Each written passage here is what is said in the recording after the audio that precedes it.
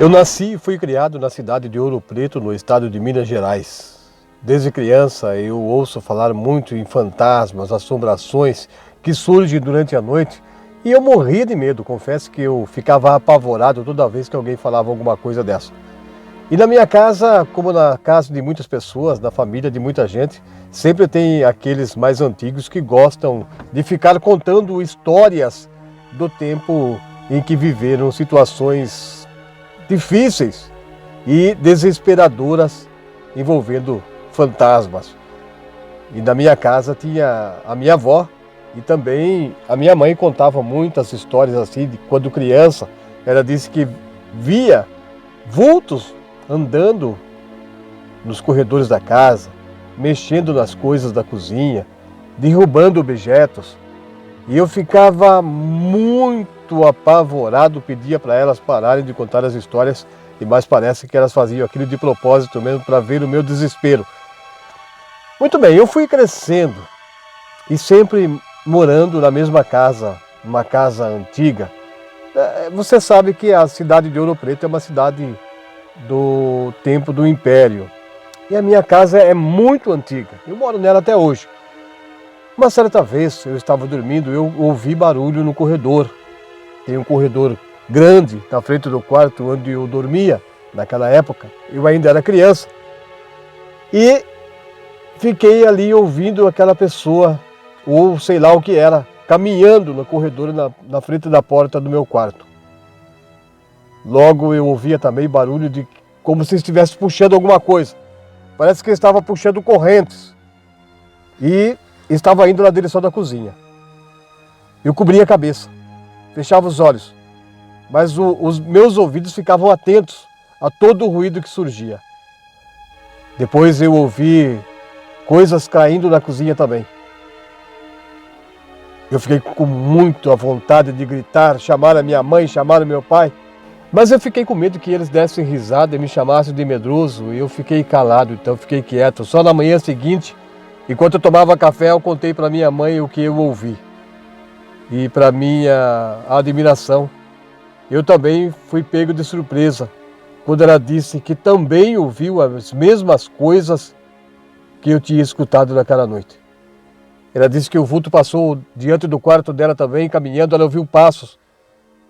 Ouviu o barulho também de correntes sendo arrastadas.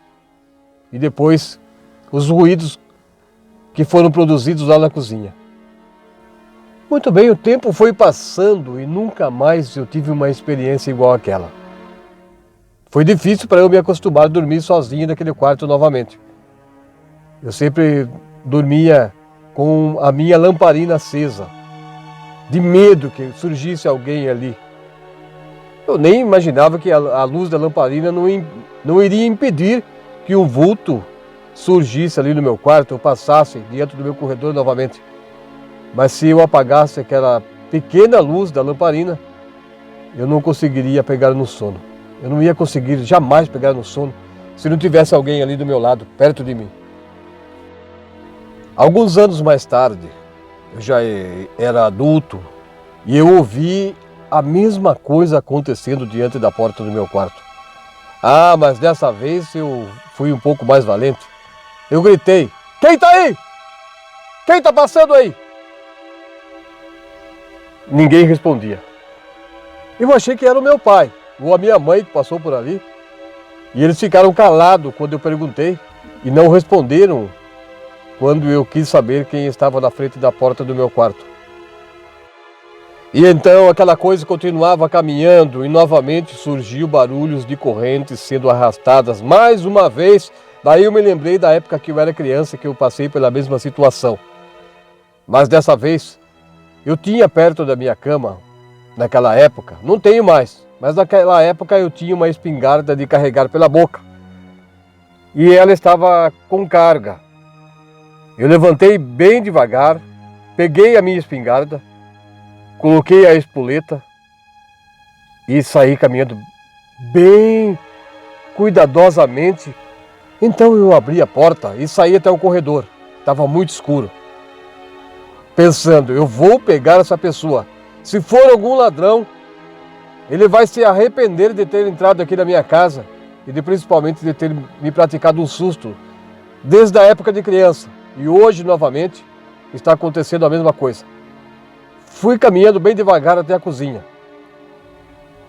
Quando cheguei na porta da cozinha, eu olhei para perto do armário onde a minha mãe guardava as vasilhas, e ali tinha um homem parado, com roupa escura, um chapéu enorme na cabeça. Eu gritei: "Ei, quem é você? Como você entrou aqui? O que você está fazendo dentro da minha casa?" Aquele homem virou para mim rapidamente, e quando ele olhou nos meus olhos, eu senti as pernas tremendo. Eu nem me lembrei que estava segurando a espingarda nas minhas mãos. Eu larguei a espingarda, larguei aquela arma, ela caiu no chão e disparou. Fez um estouro muito forte. Naquele momento os meus pais acordaram e saíram correndo do quarto onde eles estavam. Saíram até o corredor e vieram ao meu encontro. Nesse momento eu já estava correndo de volta para o meu quarto. Os meus pais me pararam, perguntaram para mim: "Ei, Raimundo, o que está acontecendo? Raimundo, Raimundo, para! Raimundo, fala comigo!"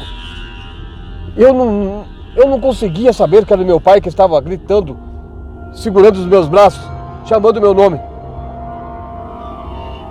Poucos minutos depois, eu fui me acalmando. A minha mãe me abraçou e disse: meu filho, Raimundo, por favor, é a mamãe que está aqui, é a mamãe que está aqui, fala comigo, fala comigo." Eu estava gelado, com muito frio. O meu pai me puxou pelo braço, me levou até a cozinha. Chegando lá na porta daquele cômodo, ele viu a espingarda no chão. Ela tinha disparado, furou o armário da minha mãe, guardava as vasilhas. Daí minha mãe fez um chá. E enquanto eu sentava para conversar com meu pai, a minha mãe trouxe uma caneca de chá, me serviu. E aos poucos eu fui me acalmando e contei para eles o que tinha acontecido. Daí naquela noite o meu pai também contou uma história, que naquela casa, há muitos anos passados, uma pessoa morou ali e esse homem era muito ruim.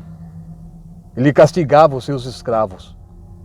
Ele amarrava os escravos com correntes e eles ficavam presos num porão que tinha naquela casa. Já não tinha mais, aquele porão foi destruído. Mas da época da maldade praticada por aquele homem, existia aquele porão onde ele deixava os seus escravos amarrados e fazia-os passarem fome. E os maus tratos eram muito grandes contra aquelas pobres pessoas. E talvez foi o espírito daquele homem mau que eu vi nessa noite dentro da nossa casa. Mas no momento que ele olhou, me encarou com aqueles olhos horríveis, e eu entrei em desespero, saí correndo. E depois que a espingarda disparou ao cair no chão, aquele espírito sumiu dali. Eu não sei se meu pai estava certo, mas pelo que ele estava me contando, eu não tinha motivo nenhum de duvidar daquela história que ele estava me falando. Depois daquela noite eu nunca mais tive outra experiência desagradável iguais àquelas que eu passei quando eu era criança e depois quando eu já era adulto. Nunca mais vi. Eu moro até hoje na mesma casa, uma casa antiga, ao pé de uma das serras, aqui na cidade de Ouro Preto, no estado de Minas Gerais. O lugar aqui realmente é assombrado. Não somente eu, a minha família, mas outras pessoas também contam que tiveram experiências iguais àquelas que eu passei. Mas eu não desejo isso para ninguém. É muito ruim, é muito desagradável. Eu não quero que ninguém passe por isso.